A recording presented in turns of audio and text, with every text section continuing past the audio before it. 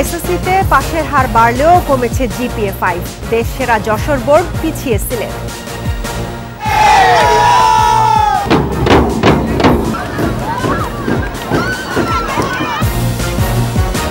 ছেলেরা কেন পিছিয়ে, কারণ জানতে বোর্ড প্রধানদের নির্দেশ প্রধানমন্ত্রীর।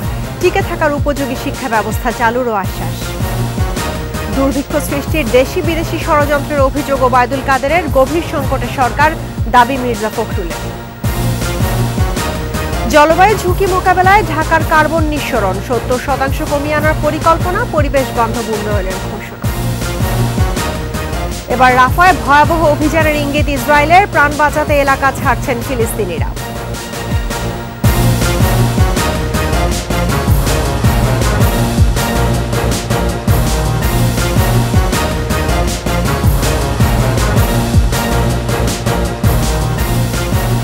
ফার্স্ট সিকিউরিটি ইসলামী ব্যাংক পিএলসি সংবাদ শিরোনাম। আমন্ত্রণ রাত 11টার 21 সংবাদে। আপনাদের সঙ্গে আছি রাহনুমা রাহি।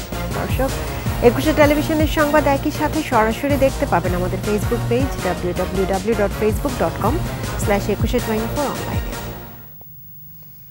এসএসসিতে এবার গড় পাশের হার 83.04%। হার বাড়লেও কমেছে জিপিএ 5 প্রাপ্তি। পাশের হারে এগিয়ে যশোর বোর্ড 92.32, আর সবচেয়ে কম পাশ করেছে সিলেটে 73.35%। আরও জানাচ্ছেন মানিক শিকদার। জীবনে প্রথম পাবলিক পরীক্ষা, আবেগ উৎকণ্ঠায় অপেক্ষার পর ফল প্রকাশ। আশানুরূপ ফল পেয়ে শিক্ষার্থীদের বাঁধভাঙা উচ্ছ্বাস। 10 বছরের সাধনার পর সাফল্যের সাথে উত্তীর্ণ হওয়ার পাশাপাশি সহপাঠী বন্ধুদের সাফল্যে আবেগ আপ্লুত শিক্ষার্থীরা। সারা বছর পড়াশোনা করার পর সুন্দর রেজাল্ট হয়েছে, আলহামদুলিল্লাহ। একটা এক্সাম দিয়ে গেলাম, এই যে এক্সপেরিয়েন্সটা গেইন হলো, আশা করি এটা সামনে হেল্প করবে আরো। কষ্ট করেছি, অনেক কষ্টের ফল পেয়েছি, আর অনেক বেশি ভালো লাগছে। সাফল্যের জন্য বাবা মা, শিক্ষক ও শিক্ষা প্রতিষ্ঠানের প্রতি কৃতজ্ঞতা ঝরল সাফল্য পাওয়া শিক্ষার্থীদের কণ্ঠে। সবচেয়ে বড় অবদান রাখছে আমার মা। সত্যি কথা বলতে 2 বছর অনেক কষ্ট করছে। আর আজকে মাদার্স ডে, তো মাকে এত বড় একটা গিফট দিতে পেরে আমি সিরিয়াসলি অনেক হ্যাপি। সন্তানদের সাফল্যে খুশি অভিভাবকরাও। পরীক্ষা আলহামদুলিল্লাহ ভালো দিয়েছে, রেজাল্টও আলহামদুলিল্লাহ ভালো হয়েছে। 10 বছর কষ্ট করার পর তারপর আমার মেয়ে যখন হাসবে, এর চাইতে বেশি কিছু আর চাই না। আমার বাচ্চাটা যেন ভালো রেজাল্টের পাশাপাশি একটা ভালো মানুষ হতে পারে। আমার সন্তান না, সবাই তো আমার ছেলের সাথে ফ্রেন্ড যারা সবাই ভালো রেজাল্ট করছে। স্যারদেরকে অসংখ্য ধন্যবাদ। তবে পাঠ্যসূচির ঘন ঘন পরিবর্তন নিয়ে উদ্বিগ্ন অভিভাবকরা। আমার ছেলে তো বলবো যে আগের কারিকুলামে লাস্ট ব্যাচ বারবার চেঞ্জ হওয়াতে ওরা একটু কনফিউশনে পড়ে যায়। 9টি সাধারণ বোর্ড, মাদ্রাসা ও কারিগরি বোর্ডে এবছর 20,24,192 পরীক্ষার্থীর মধ্যে 1,82,129 জন জিপিএ 5 পেয়েছে। মোট পাশ করেছে 16,72,153 শিক্ষার্থী। পাশের হার 83.04%। পাশের হার নিয়ে মিশ্র প্রতিক্রিয়া শিক্ষকদের। রেজাল্টে আমরা সন্তুষ্ট। এই যে কয়েকজন ছাত্র পরীক্ষার সময় অসুস্থ ছিল, আর 1-2 জন বোধহয় বিদেশে চলে গিয়েছে, আর 2-1 ছাত্র ওই যথা টাইম পৌঁছতে পারে না। এই না হলে মোটামুটি 100%ই পাস হয়ে যেত। 2195 জনের মধ্যে 1528 জন জিপিএ 5 পেয়েছে, আর জিপিএ প্রাপ্তির হার 70.71%। না, আমরা কেন সন্তুষ্ট হব? আমি তো প্রথমেই বলেছি আমাদের রেজাল্ট মনোমত হয়নি। জীবনে প্রথম ধাপ পেরিয়ে আগামীর স্বপ্নে বিভোর শিক্ষার্থীরা। This is just the beginning, আরো সামনে অনেক কিছু ওয়েট করতেছে আমার জন্য। বড় হয়ে ডাক্তার হওয়ার স্বপ্ন। শিক্ষার্থীদের উল্লাসে বলে দেয় যে এবারে তারা যে ফল পেয়েছে তারা তার খুশি। আর অভিভাবক এবং শিক্ষকরা বলছেন শিক্ষার মান এভাবে ধরে রাখতে পারলে তারা যে স্বপ্নের কথা বলছিল সেই স্বপ্ন নিশ্চয়ই পূরণ হবে। শিকদার, 21 টেলিভিশন, ঢাকা। এসএসসি ও সমমান পরীক্ষায় ছেলেদের উপস্থিতি কম হওয়ার কারণ জানতে শিক্ষা বোর্ড প্রধানদের নির্দেশ দিয়েছেন প্রধানমন্ত্রী শেখ হাসিনা। গণভবনে পরীক্ষার ফল হস্তান্তর অনুষ্ঠানে একথা বলেন তিনি। বিশ্ব পরিমণ্ডলে টিকে থাকার উপযোগী শিক্ষা ব্যবস্থা চালুরও আশ্বাস দিয়েছেন প্রধানমন্ত্রী। রিপোর্টে আরও জানাচ্ছেন আকবর হোসেন সুমন। গণভবনে এসএসসি ও সমমান পরীক্ষার ফলাফলের অনুলিপি প্রধানমন্ত্রী শেখ হাসিনার হাতে হস্তান্তর করেন শিক্ষামন্ত্রী। আনুষ্ঠানিকভাবে ফলাফল ঘোষণা করেন প্রধানমন্ত্রী। 2024 এর ফলাফল ঘোষণা করছি।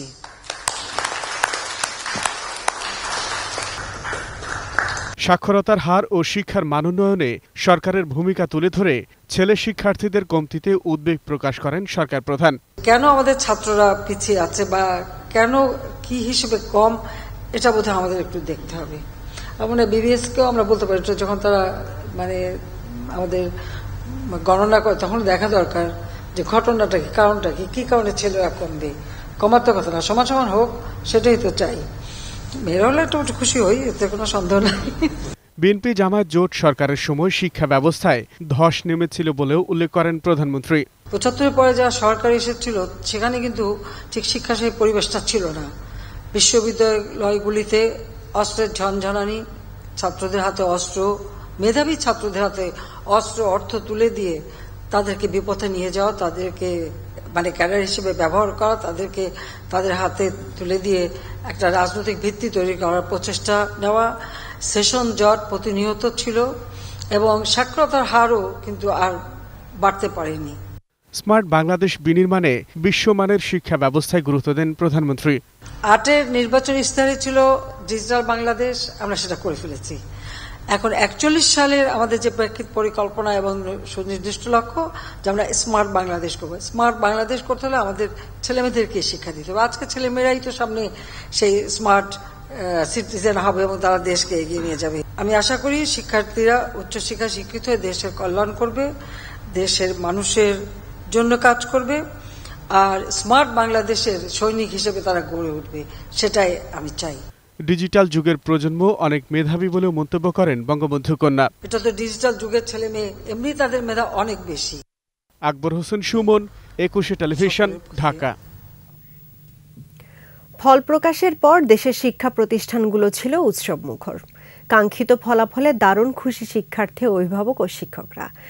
এসএসসির ফলাফলে এবার নরসিংদীর নাসিমা কাদের মোল্লা স্কুল হয়েছে দেশ সেরা। প্রতিনিধিদের তথ্য ছবিতে মাসুম আলিসার রিপোর্ট। এ যেন খুশির বন্যা। বাদ্যবাজনা বাজিয়ে শিক্ষার্থীদের আনন্দ ভাগাভাগি, খুশি অভিভাবক ও শিক্ষকরাও। এবছর যশোর শিক্ষা বোর্ডে জিপিএ-5 পেয়েছে ২০,৭৬১ জন। গত বছরের চেয়ে পাশের হার ও জিপিএ-5 দুটোই বেড়েছে। যশোর শিক্ষা বোর্ডের সবচেয়ে ভালো ফল সাতক্ষীরায়, পাশের হার ৯৬.১২%। খুলনা দ্বিতীয় ও যশোর তৃতীয়। অকৃতকার্য কোনো প্রতিষ্ঠান নেই এই ৩ জেলায়। ময়মনসিংহ শিক্ষা বোর্ডে পাশের হার ৮৫%। জিপিএ-5 পেয়েছে ১৩,১৭৮ জন। বরিশাল বিভাগে এবার পরীক্ষায় অংশ নেয় ৮৭,৭৩৪ জন। পাশ করেছে ৭৮,১৯৭ জন। এবছর পাশের হারের সাথে কমেছে জিপিএ-5 এর সংখ্যা। শতভাগ পাস সহ ৯৯.৬৬% জিপিএ-5 পেয়ে দেশ সেরা ফলাফল অর্জন করেছে নরসিংদীর নাসিমা কাদের মোল্লা হাই স্কুল অ্যান্ড হোমস। নামি দামি শিক্ষা প্রতিষ্ঠানকে পেছনে ফেলে এ সাফল্যে খুশি শিক্ষার্থী, শিক্ষক ও অভিভাবকরা। কুমিল্লা বোর্ডে জিপিএ-5 পেয়েছে ১২,১০০ শিক্ষার্থী। ফলাফলে এগিয়ে মেয়েরা। ১৬২টি প্রতিষ্ঠানের মধ্যে সব প্রতিষ্ঠানেই শতভাগ পাশ করেছে। রাজশাহী শিক্ষা বোর্ডে বেড়েছে পাশের হার ও জিপিএ-5। বরাবরের মতো এবারও ছেলেদের চেয়ে এগিয়ে মেয়েরা। এবার বেড়েছে শতভাগ পাশ ও শূন্য ফলাফল প্রাপ্ত স্কুলের সংখ্যা। এবার ২টি স্কুল থেকে কেউ পাশ করেনি। সিলেটে জিপিএ-5 পেয়েছে ৭,৯২০ জন। এবছর সিলেট বোর্ডের অধীনে পরীক্ষার্থী ছিল ১,০৯,০৭৩ শিক্ষার্থী। পাশ করেছে ৮০,০০০। দিনাজপুর বোর্ডে গত বছরের তুলনায় এবার পাশের হার প্রায় ২% বেড়েছে। পাশের হার এবং জিপিএ-5 প্রাপ্তিতে এবারও ছেলেদের চেয়ে মেয়েরা এগিয়ে। একজনও পাশ করেনি এমন স্কুলের সংখ্যা এবার ৪টি। চট্টগ্রাম বোর্ডে এবার পাশের হার বেড়েছে, তবে কমেছে জিপিএ-5। এবার ১,৪৫,৪৯০ জন পরীক্ষার্থীর মধ্যে পাশ করেছে ১,২০,০৮৭ জন। পাশের হার ৮২.৮০। ফেনীতে কমেছে পাশের হার ও জিপিএ-5। ৪টি শিক্ষা প্রতিষ্ঠান শতভাগ পাশ করেছে। দাখিল পরীক্ষায় পাশ করেছে ৩,৯৭৪ জন। জিপিএ-5 পেয়েছে ১৪০ জন। অপরদিকে ভোকেশনাল পরীক্ষায় পাশ করেছে ৯৭৩ জন। জিপিএ-5 পেয়েছে ২৮ জন। সব মিলে এসএসসি ও সমমানের পরীক্ষার ফলাফলকে কেন্দ্র করে দেশজুড়েই শিক্ষার্থীরা ছিল আনন্দমুখর। মাসুম আলিসা, ২১ টেলিভিশন। দেশে দুর্ভিক্ষ সৃষ্টির জন্য অভ্যন্তরীণ ও বিদেশি ষড়যন্ত্র চলছে বলে মন্তব্য করেছেন আওয়ামী লীগের সাধারণ সম্পাদক ওবায়দুল কাদের। বিকেলে ধানমন্ডিতে আওয়ামী লীগ সভাপতির রাজনৈতিক কার্যালয়ে সংবাদ সম্মেলনে তিনি বলেন, সরকারের উপর যে চাপের কথা বিএনপি নেতারা বলছেন তা সত্য নয়। ওবায়দুল কাদেরের দাবি, বিএনপির কাজই হলো অসত্যকে সত্য হিসেবে প্রতিষ্ঠিত করা। তারা সংবিধান, আইন ও ইতিহাসকে বিকৃত করে নিজেদের অপকর্মগুলো অপরের উপর চাপিয়ে দিতে চায় বলে অভিযোগ করেন তিনি। আওয়ামী লীগের সাধারণ সম্পাদক, বিএনপি জনবিচ্ছিন্ন বলেই তারা মনে করছে নতুন করে কোনো দেশ বাংলাদেশের উপর নিষেধাজ্ঞা দেবে।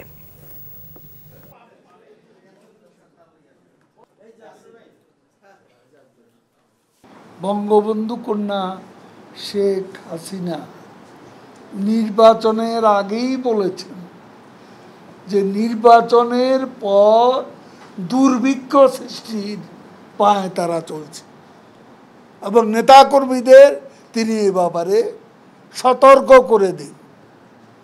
কাজেই আপনারাও জানেন যে কথাটা সত্য নয়। শেখ হাসিনা কিন্তু বলেননি নির্বাচন হইলেই সংকট কেটে যাবে। তিনি বলেছেন দুর্ভিক্ষ সৃষ্টি হতে পারে এবং সেই চেষ্টা অনেকেই করছে আন্তর্জাতিকভাবে এবং দেশের অভ্যন্তরে। জাতীয় নির্বাচনের পর আওয়ামী লীগ ও সরকার গভীর সংকটে রয়েছে বলে মন্তব্য করেছেন বিএনপির মহাসচিব মির্জা ফখরুল ইসলাম আলমগীর। গুলশানে বিএনপি চেয়ারপারসনের রাজনৈতিক কার্যালয়ে সাংবাদিকদের প্রশ্নের জবাবে তিনি বলেন, সরকার মনে করেছে নির্বাচনের পর সংকট উতরে গেছে, কিন্তু সংকট উতরে যায়নি, বরং আরও বেড়েছে। মার্কিন সহকারী পররাষ্ট্রমন্ত্রী ডোনাল্ড লু ঢাকা সফরে কোনো আগ্রহ না থাকলেও জনগণের শক্তিতে বিএনপি আস্থাশীল ও বিশ্বাসী বলেও মনে করেন মির্জা ফখরুল।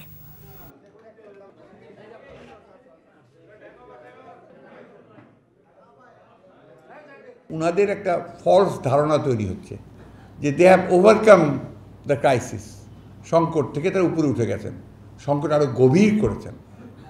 এই বিগত নির্বাচনে আওয়ামী লীগের সংকট আরও গভীর হয়েছে, সরকারের সংকট আরও গভীর হয়েছে, এবং ওনারা যদি এখনই সেটা উপলব্ধি না করেন এবং সে নিরসন চেষ্টা না করেন, তাহলে ভবিষ্যৎ তাদের জন্য খুব ভালো না।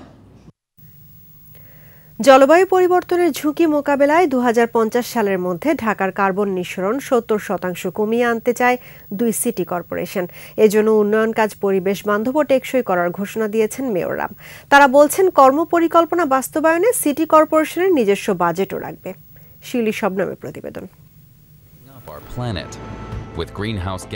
উন্নত দেশগুলোর উচ্চমাত্রায় গ্রিনহাউস গ্যাস নিঃসরণের প্রভাবে কম কার্বন নিঃসরণ করেও সবচেয়ে বেশি ক্ষতির মুখে বাংলাদেশ সহ দক্ষিণ এশিয়ার দেশগুলো। ঝুঁকিতে পরিবেশ, স্বাস্থ্য, কৃষিখাত সহ দেশের অর্থনীতি। প্রতিনিয়ত নদী ভাঙন ও গৃহহীন বিপুল জনগোষ্ঠী ঢাকামুখী হওয়ায় চরম ঝুঁকিতে রাজধানী ঢাকা। এ অবস্থায় ঢাকার কার্বন নিঃসরণ কমাতে উত্তর ও দক্ষিণ সিটির অভিন্ন কর্মপরিকল্পনা, যেখানে 2030 সালের মধ্যে 14.9%, 2040 সালে 33.8% এবং 2050 সালের মধ্যে 70.6% গ্রিনহাউস গ্যাস কমানোর লক্ষ্য নির্ধারণ করা হয়েছে। কার্বন নিঃসরণ শূন্য করে ঢাকা গড়ে তুলতে সিটি কর্পোরেশন কাজ করছে বলে জানান 2 সিটির মেয়র। বর্জ্য থেকে বিদ্যুৎ উৎপাদন, বুড়িগঙ্গার 2 তীর সহ ব্যাপক হারে গাছ লাগানোর পরিকল্পনা তুলে ধরেন তারা। 2050 সালের মধ্যে নেট জিরো এমিশনে যাওয়া যায়, তার জন্য যে চিহ্নিত করা হয়েছে কার্যকলাপগুলো, সেই সম্পূর্ণ কার্যকলাপ পূর্ণ বাস্তবায়নের জন্য ঢাকা দক্ষিণ সিটি কর্পোরেশন কাজ করে যাবে। যারা জলবায়ু পরিবর্তনের জন্য দেশগুলো দায়ী, তাদেরকে এই ক্লাইমেট ফান্ড অবশ্যই দিতে হবে। এখন সময় আসছে, আমরা দেখতে চাই বিশ্বের দেশগুলো কত টাকা দিয়েছে আমাদেরকে। ঢাকার পাশাপাশি দেশ জুড়ে এই পরিকল্পনা বাস্তবায়ন করার কথা জানান পরিবেশ মন্ত্রী। বলেন, সরকারের উন্নয়ন পরিকল্পনায় অগ্রাধিকার পাবে টেকসই পরিবেশ বান্ধব সবুজ প্রযুক্তি। ঢাকার আমরা একটা স্যাটেলাইট ইমেজ তৈরি করছি, উপর থেকে আমরা একটা ইমেজ তৈরি করি কোন জায়গায় গাছ লাগানো যায়। এটা আমাদের দক্ষিণের সম্মানিত মেয়র বললেন, আসলে ঢাকাকে যদি আমাদেরকে বাসযোগ্য রাখতে হয় বা করতে হয়, এখানে ন্যূনতম একটা সবুজ এলাকা আমাকে রাখতে হবে।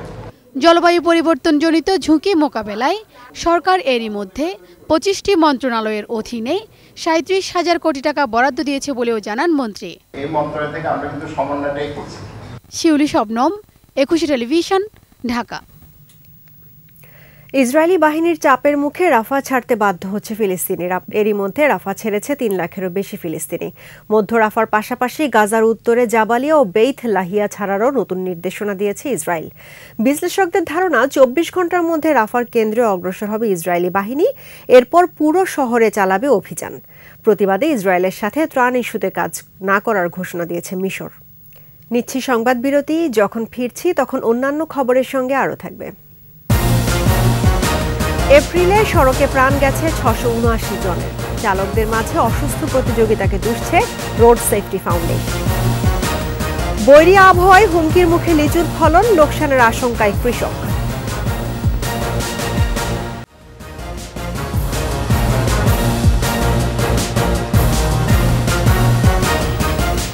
আবারও আমন্ত্রণ রাত 11টার 21 সংবাদে। এপ্রিল মাসে সারা দেশে সড়ক দুর্ঘটনায় অন্তত 679 জন প্রাণ হারিয়েছেন।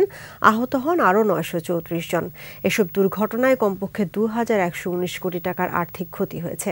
রোড সেফটি ফাউন্ডেশন আরও বলছে, চালকদের মাঝে অসুস্থ প্রতিযোগিতা এবং অপরিকল্পিত সড়কের কারণেই দুর্ঘটনা বাড়ছে। নিয়ম মানলে 70% দুর্ঘটনা কমবে বলছে সংস্থাটি। তৌহিদুর রহমানের রিপোর্ট। জাতীয় দৈনিক, electronic media, online news portal সহ বিভিন্ন সংবাদ মাধ্যম এবং নিজস্ব তথ্য উপাত্তের ভিত্তিতে এপ্রিল মাসে দেশজুড়ে সড়ক দুর্ঘটনার প্রতিবেদনটি তৈরি করে রোড সেফটি ফাউন্ডেশন। এতে দেখা যায় গেল মাসে দেশে সড়ক দুর্ঘটনা ঘটেছে 672টি, যেখানে প্রায় 700 মানুষ মারা যান। আহতের সংখ্যা প্রায় 1000।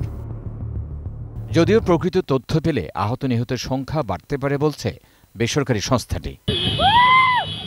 রোড সেফটি ফাউন্ডেশন বলছে, নিহতদের মধ্যে মোটরসাইকেল আরোহী 259, বাস যাত্রী 34, private car, microbus, Pajero jeep আরোহী 45 এবং পথচারী 113 জন, 3 হুইলার যাত্রী 131, ট্রাক, পিকআপ, কাভার্ড ভ্যানের আরোহী 65 এবং বাইসাইকেল এবং পেডেল চালিত রিকশা আরোহী 10 জন। অটোরিকশাটা মহাসড়কে চলাচল করছে, এটাকে বন্ধ করার মতো পরিবেশ তৈরি হয় না, কারণ মহাসড়কের ডিজাইনগত সমস্যা আছে।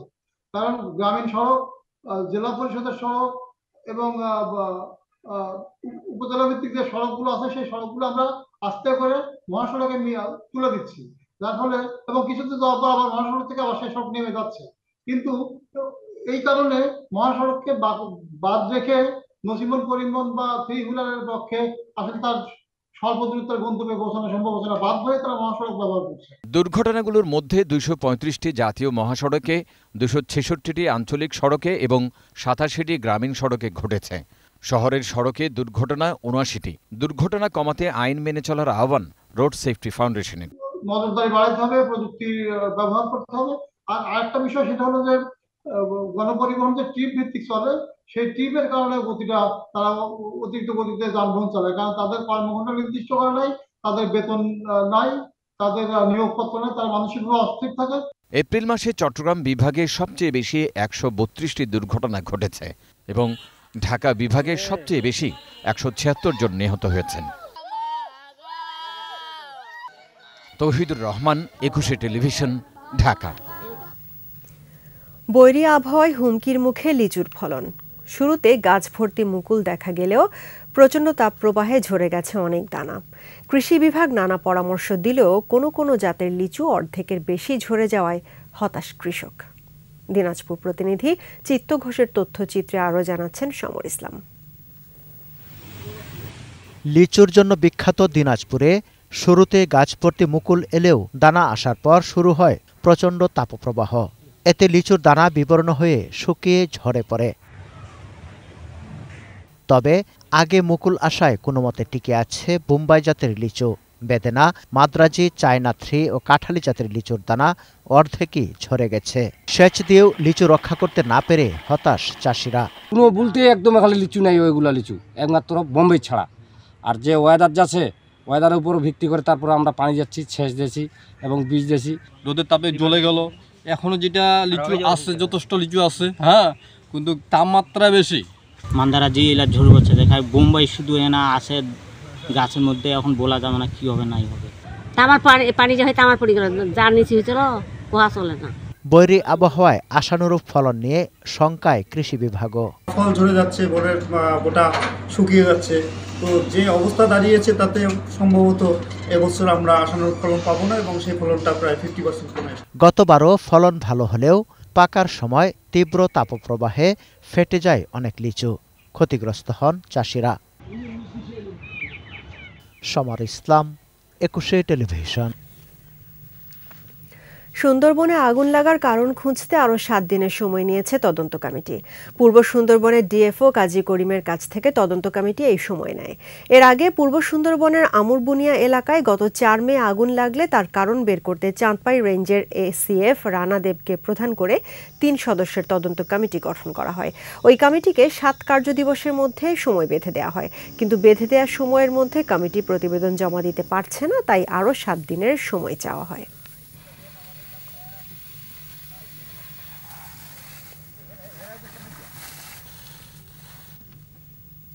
মাতৃস্নেহের এক অনন্য দৃষ্টান্ত 200 শিশুর মা হাজেরা খাতুন। একসময় নিজে যৌনকর্মী ছিলেন, সেখান থেকে বেরিয়ে নিজের জমানো টাকায় রাজধানীর আদাবরে গড়ে তোলেন যৌনপল্লী ও ছিন্নমূল শিশুদের জন্য নিরাপদ আশ্রয়স্থল। জন্ম না দিয়েও মায়ের মমতা আর যত্নে লালন পালন করে শিশুদের পড়াচ্ছেন বিভিন্ন স্কুল, কলেজ, বিশ্ববিদ্যালয়ে। আন্তর্জাতিক মা দিবসে হাজেরা খাতুনের মা হয়ে ওঠার গল্প জানাচ্ছেন শাকের আরজু।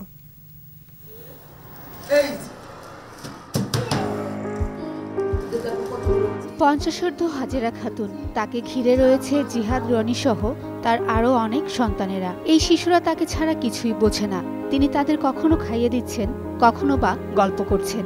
জন্ম না দিয়েও এমন 200 সন্তানের মা আজ হাজেরা খাতুন। অনেক চিঠি মিঠি লেখে, মা আমি তোমাকে অনেক ভালোবাসি, মা তুমি যখন বকো তখন আমার খুব ভালো লাগে। হাজেরা জানান, বাবা দ্বিতীয় বিয়ে করলে তাকে বাড়ি ছাড়তে হয়। কয়েক দফা হাত বদল হয়ে হাজেরা যৌনপল্লীর বাসিন্দা হন। সেখানে বাস্তবতার এক কঠিন চিত্র দেখেন জন্ম নেওয়া শিশুরাও একসময় যৌনকর্মী হিসেবে কাজ করছে। বিষয়টি তাকে খুব ভাবায়, মেনে নিতে পারেননি তিনি। সময় যৌনকর্মী ছিলাম, তখন আমি দেখছিলাম জাপা যে রাস্তায় যারা ভিক্ষা করে বা টোকায় তাদেরও স্কুলে যাওয়ার আসে, স্কুলে যেতে পারে, কিন্তু একজন যৌনকর্মীর বাচ্চারা স্কুলে যাচ্ছে না, পারছে না, সমাজ নিচ্ছে না। আমার নিজের বাস্তব অভিজ্ঞতার সাথে আমি দেখলাম যে লেখাপড়া যদি একটু জানতো যৌনকর্মীরা, তাহলে কিন্তু অনেক ভালো কিছু করতে পারত। একটু একটু করে জমানো 6 লাখ টাকা দিয়ে 2010 সালে গড়ে তোলেন শিশুদের জন্য আমরা নামের একটি সংগঠন। জাহাঙ্গীরনগর বিশ্ববিদ্যালয়ে একজন পড়ে, আরেকজন হচ্ছে যে এক মহিলা কলেজে পড়ে, অনার্স সেকেন্ড ইয়ারে পড়তেছে, আর 3 জন কলেজে পড়তেছে, বিভিন্ন কলেজে। এরপর প্রায় 200 শিশুকে পরম মমতা আর ভালোবাসা দিয়ে বড় করতে থাকেন। আজ এদের অনেকেই পড়াশোনা করে প্রতিষ্ঠিত। এখন আমি ম্যাট্রিক পরীক্ষা দিছি। আমার তো গল্পের বই খুবই ভালো লাগে আর আর্ট করতে খুব ভালো লাগে। খাবার খেয়ে পরে টিভি দেখি, না হলে আম্মুর সাথে বসে থাকি, খেলি। আমি বড় হয়ে আর্মি হতে চাই। হাজেরা খাতুন জানান, এই পথ চলা মসৃণ নয়। ঘর ভাড়া সহ অর্থ সংকটে পড়তে হয় প্রায়ই। ভালো ভালো স্কুলগুলোতে আমি তেমন যেমন কিশোরে পাইছি, বাসা ফসলে পারিনি, তারা আমাদেরকে বাসা ফসলের মতো স্কুলটা আমাদের বাচ্চাদেরকে গ্রহণ করে না। স্বপ্ন তার একটি বৃদ্ধাশ্রম ও শিশুদের জন্য স্থায়ী নিবাস গড়ে তোলার। তিনি চান না তার মতো আর কোনো শিশুর জীবন অন্ধকার ঘরে কাটুক। শাকের আরজু, 21 টেলিভিশন, ঢাকা। নিচ্ছে সংবাদ বিরতি। যখন ফিরছি তখন অন্যান্য খবরের সঙ্গে আরও থাকবে। চৌদ্দগ্রামে যুবলীগ নেতা জামাল উদ্দিনকে হত্যার দায়ে 9 জনের মৃত্যুদণ্ড, 9 জনের যাবজ্জীবন।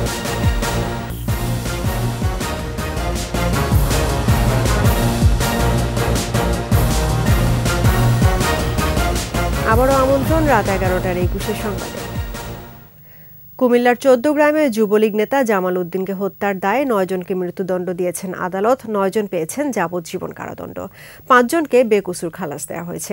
দুপুরে কুমিল্লার অতিরিক্ত জেলা ও দায়রা জজ জাহাঙ্গীর হোসেনের আদালতে রায় ঘোষণা করেন। মৃত্যুদণ্ডপ্রাপ্তরা হলেন চৌদ্দগ্রাম আলকরা ইউপির সাবেক চেয়ারম্যান মোহাম্মদ ইসমাইল হোসেন সহ তার 8 জন সহযোগী।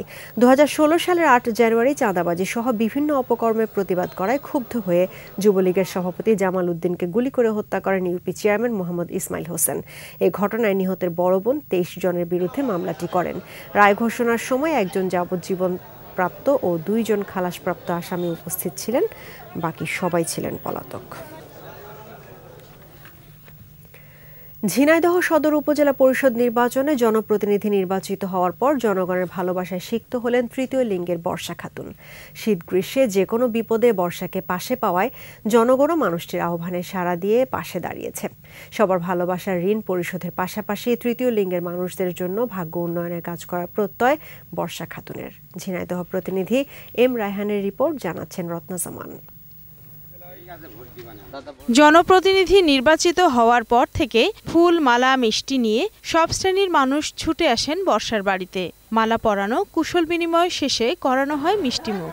ঝিনাইদহ সদর উপজেলা পরিষদ নির্বাচনে মহিলা ভাইস চেয়ারম্যান পদে বিপুল ভোটে নির্বাচিত হওয়ার পর থেকেই বর্ষার বাড়িতে এমন উৎসব।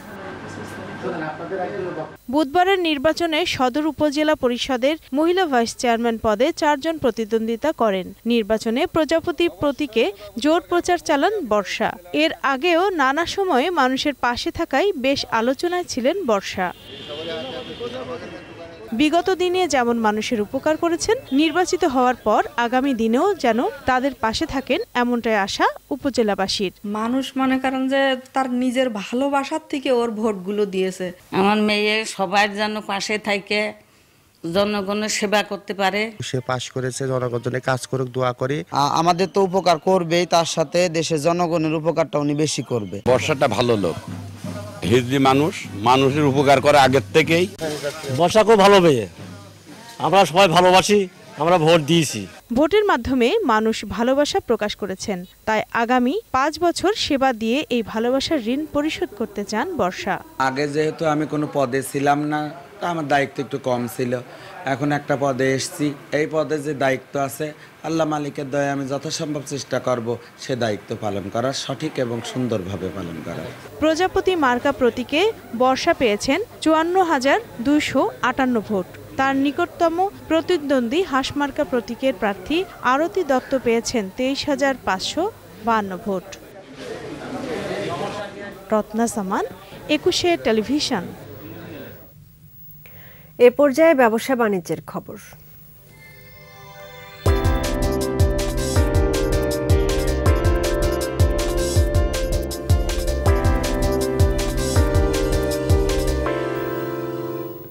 রাজধানীতে হয়ে গেল দেশবন্ধু গ্রুপের অঙ্গ প্রতিষ্ঠান দেশবন্ধু ফুড অ্যান্ড বেভারেজের ন্যাশনাল সেলস মিটিংয়ে ছিলেন প্রতিষ্ঠানটির ব্যবস্থাপনা পরিচালক গোলাম রহমান, এক্সিকিউটিভ ডিরেক্টর মমতাজুল ইসলাম, অতিরিক্ত ব্যবস্থাপনা পরিচালক অবসরপ্রাপ্ত brigadier general Zakir Hossain, Deshbandhu food and বেভারেজের CEO Idrisur Rahman, brand manager Abdullah Al Jaber.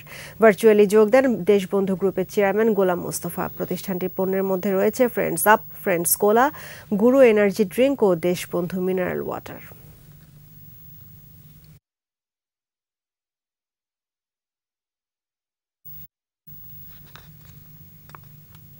চাঁদপুরে হয়ে গেল সোশ্যাল ইসলামী ব্যাংকের রেমিটেন্স গ্রাহক সমাবেশে প্রধান অতিথি ছিলেন ব্যাংকের ব্যবস্থাপনা পরিচালক ও প্রধান নির্বাহী জাফর আলম এবং বিশেষ অতিথি ছিলেন উপব্যবস্থাপনা পরিচালক মোহাম্মদ হাবিবুর রহমান। আরও ছিলেন কুমিল্লা অঞ্চলের প্রধান আব্দুল হামিদ এবং চিফ রেমিটেন্স অফিসার মাজহারুল হক। বৈধ পথে রেমিটেন্স পাঠানো ও দেশের আর্থ সামাজিক উন্নয়নে বৈদেশিক রেমিটেন্সের গুরুত্ব সম্পর্কে সচেতনতা বাড়ানোর আহ্বান জানান বক্তারা।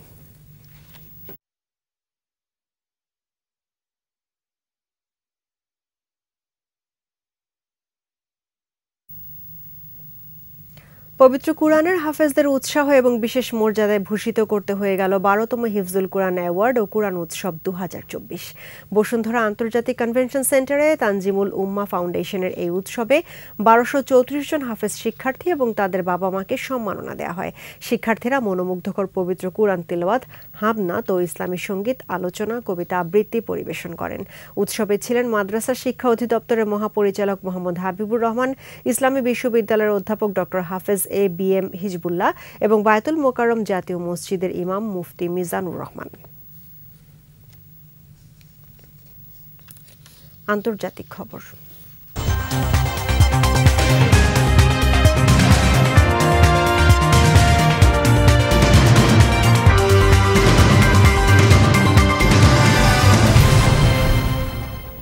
ভারতের লোকসভা নির্বাচনে চতুর্থ দফায় 10 রাজ্যের 96টি আসনে ভোট গ্রহণ কাল।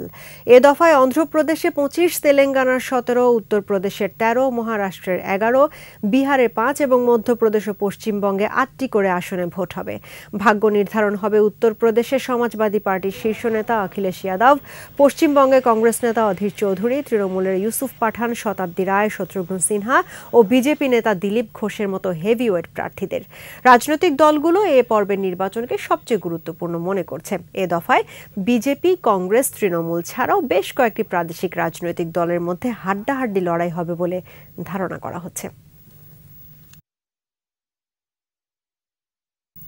জিম্বাবুয়ের বিপক্ষে সিরিজে টাইগারদের টপ অর্ডার ব্যাটিং ভাবাচ্ছে ম্যানেজমেন্টকে। শেষ ম্যাচে হারের পর অধিনায়ক নাজমুল শান্ত জানালেন, বিশ্বকাপের আগে টপ অর্ডার ব্যাটিংটা আরেকটু ঝালিয়ে নিতে পারলে ভালো হতো। এই বছর আমরা যখন এই 5টা ম্যাচ খেলাম, 3টা ম্যাচ চিটাগাংয়ে খেলেছিলাম, নতুন বলে ব্যাটিং করা সব থেকে চ্যালেঞ্জ ছিল। এটা হয়তো অনেকে বাইরে থেকে দেখলে মনে করবে যে চিটাগাংয়ের উইকেটে তো রান হয় অনেক, বাট এইবার আমরা যে 3টা ম্যাচ খেলেছি নতুন বলে অনেক ডিফিকাল্ট ছিল ব্যাটিং করাটা। তার মধ্যে আমাদের সম্ভবত 2টা ম্যাচ বৃষ্টির কারণে অন অ্যান্ড অফ ব্যাটিং করা লাগছে, সো মোমেন্টামটাও কিন্তু ওইভাবে পাই নাই।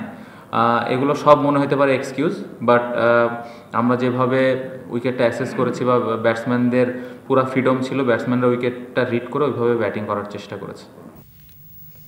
টি-20 বিশ্বকাপের জন্য কাল বাংলাদেশ দল ঘোষণা করবে বাংলাদেশ ক্রিকেট বোর্ড। মাহমুদুল্লাহর ব্যাটিংয়ে প্রশংসা করেছেন বোর্ড পরিচালকরা। মিরপুরে সাংবাদিকদের সামনে বিশ্বকাপে বাংলাদেশের দল নিয়ে কথা বলেন বিসিবি সভাপতি ও ক্রীড়ামন্ত্রী নাজমুল হাসান পাপন। সবচেয়ে ভালো লেগেছে তো অফকোর্স সেটা হচ্ছে মাহমুদুল্লাহ রিয়াদ, অসাধারণ খেলেছে। টি-20তে চিন্তা করা, এটা যদি টেস্ট ম্যাচ হতো বলে দিতে পারতাম, 2টা টিম বলেন যে কে জিতবে। টি-20তে বলাটা খুব কঠিন, সেই জন্য আমি বলছি এটা আরও অনেক বেশি আনপ্রেডিক্টেবল। আমরা শুধু আশা করতে পারি যে আমাদের যেই প্লেয়ারগুলোকে দিয়েছে একেবারে যে কেউ খেলা জানে না এরকম কোনো প্লেয়ারকে দেওয়া হয়নি, এরা যেন তাদের সেরাটা খেলতে পারে, তাদের সেরাটা খেলুক, ভালো খেলুক, এটাই আমার প্রত্যাশা। কাল থেকে মাঠে গড়াচ্ছে এশিয়ান অনূর্ধ্ব 14 টেনিস প্রতিযোগিতা। এশিয়ান টেনিস ফেডারেশনের অনুমোদন ক্রমে ও বাংলাদেশ টেনিস ফেডারেশনের ব্যবস্থাপনায় শেখ জামাল জাতীয় টেনিস কমপ্লেক্সে প্রতিযোগিতা চলবে 13 থেকে 17 মে পর্যন্ত। বাংলাদেশ টেনিস ফেডারেশনের সভাপতি ও নৌ পরিবহন প্রতিমন্ত্রী খালিদ মাহমুদ চৌধুরী প্রধান অতিথি হিসেবে প্রতিযোগিতার উদ্বোধন করেন। স্বাগতিক বাংলাদেশ সহ ভারত, হংকং, সৌদি আরব, আমেরিকা ও শ্রীলঙ্কার 27 জন বালক ও 9 জন বালিকা এই খেলায় অংশ নিচ্ছে।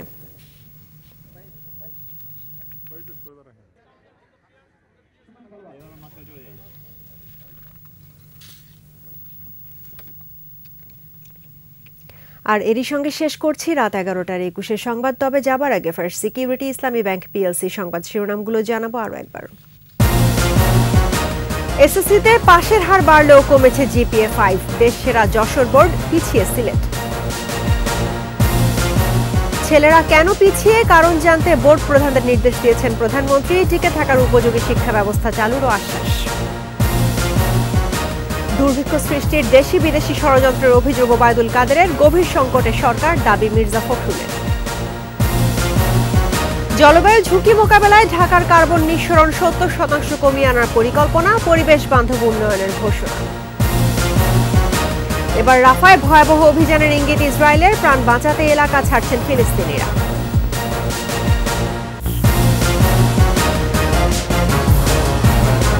দর্শক, 21 সর্বশেষ খবর জানতে ডায়াল করুন 2021 নম্বরে, আর ভিজিট করুন 21-tv.com এর ওয়েবসাইটে। এছাড়া ফেসবুকে লগ ইন করতে পারেন facebook.com/2124 অনলাইনে। এতক্ষণ সঙ্গে থাকার জন্য ধন্যবাদ।